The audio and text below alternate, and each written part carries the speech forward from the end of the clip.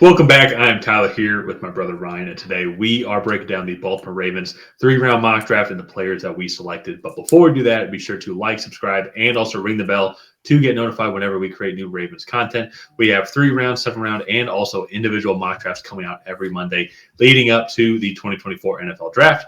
Also, too, we're trying to get to 3,000 subscribers by the end of the Super Bowl. So we need just about 15 to 16 subscribers per video, and we're doing a 3-round mock draft for all 32 teams. So if this is your first time here, it is the easiest way to help out the channel and reach our goal by just subscribing. That's really easy. And Ryan, let's pull up the slide here. So quickly, just to orient you on the page as a whole here. So obviously the name in bold, that is the Ravens pick, but we did include the picks before and after, just give a little bit of context of who was available.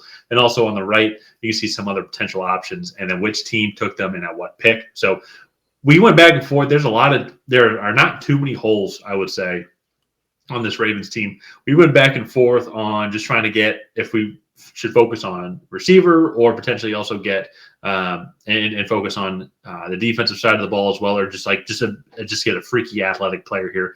We did end up deciding on Chop Robinson as just a huge upside guy. He was freaky athletic, but does need a little bit of kind of development. I think you have him, and also too with the style and mantra that the Ravens have. I really like this pick as a whole and this player in this system. I do completely would understand if they wanted to go with receiver in this position. So, Ryan, what's your overall thoughts here on the Chop Robinson pick and some other potential routes that they could go? Yeah, so for me, I really like Chop Robinson as a developmental prospect. I think his upside is top tier edge rusher in the NFL, but I will say that comes with a pretty big risk. I think he also has a pretty low floor. Just athletically, he really feasted on lower end competition in 2023. And then I think you look at kind of what he did against like the Ohio States, the Michigans, and it was not a whole lot. And so I think when you take that into account, I think practicing and playing at a higher level will allow him to maybe not rely so much on just his athleticism, but then actually kind of develop some pass rushing moves and develop techniques here. And I think in this defense specifically, and for Baltimore, with Patrick Queen, with Roquan Smith, Justin Madubuike is a free agent, but I believe they will bring him back. And so, like with those guys, I really like getting just a freak athlete edge rusher kind of on the outside and just allow him to have all these one-on-one matchups with tackles. Because if he can develop, I mean, that is extremely favorable for them and just how athletic this defense can be. So if they don't want to go Chop Robinson, one of the picks I really like here would be Tez Walker. I think he's different than the receivers that they do have. And he was really explosive for North Carolina in, I believe, only 7 games because he had some eligibility issues. And then also A.D. Mitchell is another guy kind of on the outside that I think would be good. And then Kamari Lassiter, I think this secondary, Marlon Humphreys is getting older. And I know Kyle Hamilton had a great year, but just investing in that secondary position, I think would be fantastic for this Ravens offense or Ravens defense. Yeah. So a lot of different ways they could go here. They are right there. Lamar Jackson he's still the MVP in my mind, and so just with the season that they had. So let's move on though now to the second pick here, and we do actually end up having them taking the first running back off of our board, have them going with Blake Corum here, and I think I think that he would fit perfectly kind of within the type of system that they want to have, very run heavy. He's not the best running back catching the ball out of the backfield. I think that's okay, just because of the type of offense that they want to have. But even then, too, we've seen them have success. Gus Edwards, Justice Hill, Keaton Mitchell, also like just all these guys running back by committee. There's so many guys as well that they've kind of even brought out of the woodworks over the past couple of years who just because of how many injuries that they've had. But whichever running back's been back there has been successful. So yeah, I think you go and put him in here. And he's a little bit on the older side, but I think he's probably the most ready NFL running back just because of his overall experience. I think he can come out, hit the ground running, and you'll have him on that rookie contract. No pun intended. Yeah, I know. That's fair. That's a good point. I didn't even mean that. So, yeah. But once again here, I think another sneaky also potential receiver spot as well. Johnny Wilson was also on the board. I think once again, you mentioned this about Tez Walker, just somebody different, I would say, than what they have currently.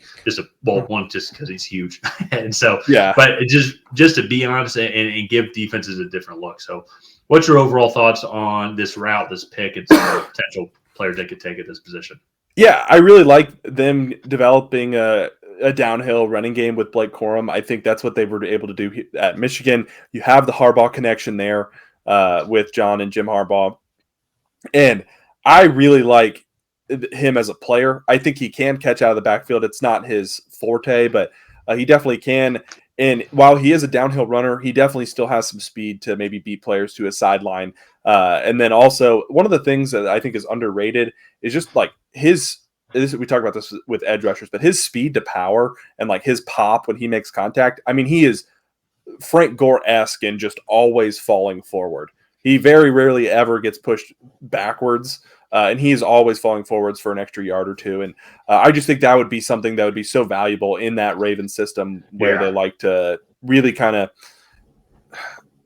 be efficient, but then also just be very physical. Yeah, he outside of the fact also too that everybody in Ohio was also like another reason not to like Blake Corum, but he kind of reminds me of like a Ravens running back as well. Yeah, like to your point. So I think he would be great in this system. And this is about where I would think that the running backs would start to come off the board, maybe a little bit earlier. Also, too, especially if people are confident about Jonathan Brooks' knee, I could see Jonathan Brooks. I think he's the best running back in the class. So I could see him maybe going up a little bit sooner. Even then, though, Blake Corum should be here by the end of the second round. And I think that he'd be a great fit for them. Yeah, I agree. So let's move on here to their last pick in this mock draft. Cooper Beebe, the interior offensive lineman from, I believe, Kansas State. Just a solid interior offensive lineman. I think getting a guy like Blake Corum, also with the style of play that they do like, I think keeping that interior young and fresh is going to be extremely important. Also, they did lose Ben Powers last year in free agency, and I believe they have another interior offensive lineman up this year. I have to go back and double check, to be honest. Yeah, I could be wrong about that, but again, I really like Cooper Beebe. His physicality and athleticism stands out on tape, and I think he'd be a really good fit for this Ravens offense. I will also say, pretty much best player available on your board, I think would be a good fit. The Ravens, they've done a great job of building out this roster to where they don't really have a ton of needs. And so I think that allows them to go out and really just kind of draft the best player available and not have to target a specific position here. And so I have interior offensive line, but it very well could be defensive tackle or a corner here as well. So yeah, no, and that's what's funny too about us like selecting the same best player available. There's very few flaws. I think like just looking at this Ravens team, and so that's why when we're talking about beefing up the interior offensive line, like we're being like as picky as we possibly can, just because it's like shoot, it really could be anything here. Trying to see then the 2024 free agents overall. Sorry, my computer's going a little slow here for the Ravens, but they did also lose Ben Powers as well. So that was last year. So they may be trying to replace him, get a little bit more depth there, trying to see. So sorry, the computer's going a little bit slow here. Yep, that's timing out. So okay. Yeah. All right. Well, let's do the quick recap here. Starting off, Chop Robinson off the edge there from Penn State. Blake Corum from Michigan at 61, and then at 92, Cooper Beebe, the interior offensive lineman. I just really like this draft. I think you're getting good players at each position and guys that will come in and contribute at the very least in part-time roles from day one. And Blake Corum specifically, I think, would take on a huge role early on in his career there in Baltimore. And I think they would love to have a physical runner like that on the roster. So, Tyler, what are kind of your final thoughts on this?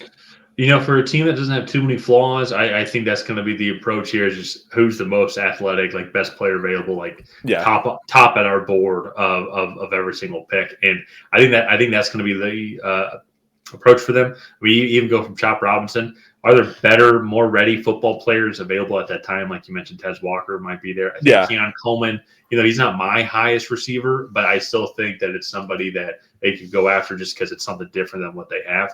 But going with Chop Robinson there, I mean, the dude has a high ceiling. I mean, has a high ceiling just with how athletic he is. Same thing with Blake Corum. Same thing with Cooper Beebe as well. So I think they get a bunch of athletic guys to help out the team immediately. Yeah. So let's go ahead and wrap up this mock draft here. If you guys have not already, please go ahead and like and subscribe. Leave a comment down below on what you thought of this Ravens 3-round mock. Did you love it? Did you hate it? What would you do differently? Other than that, we'll see you guys next time.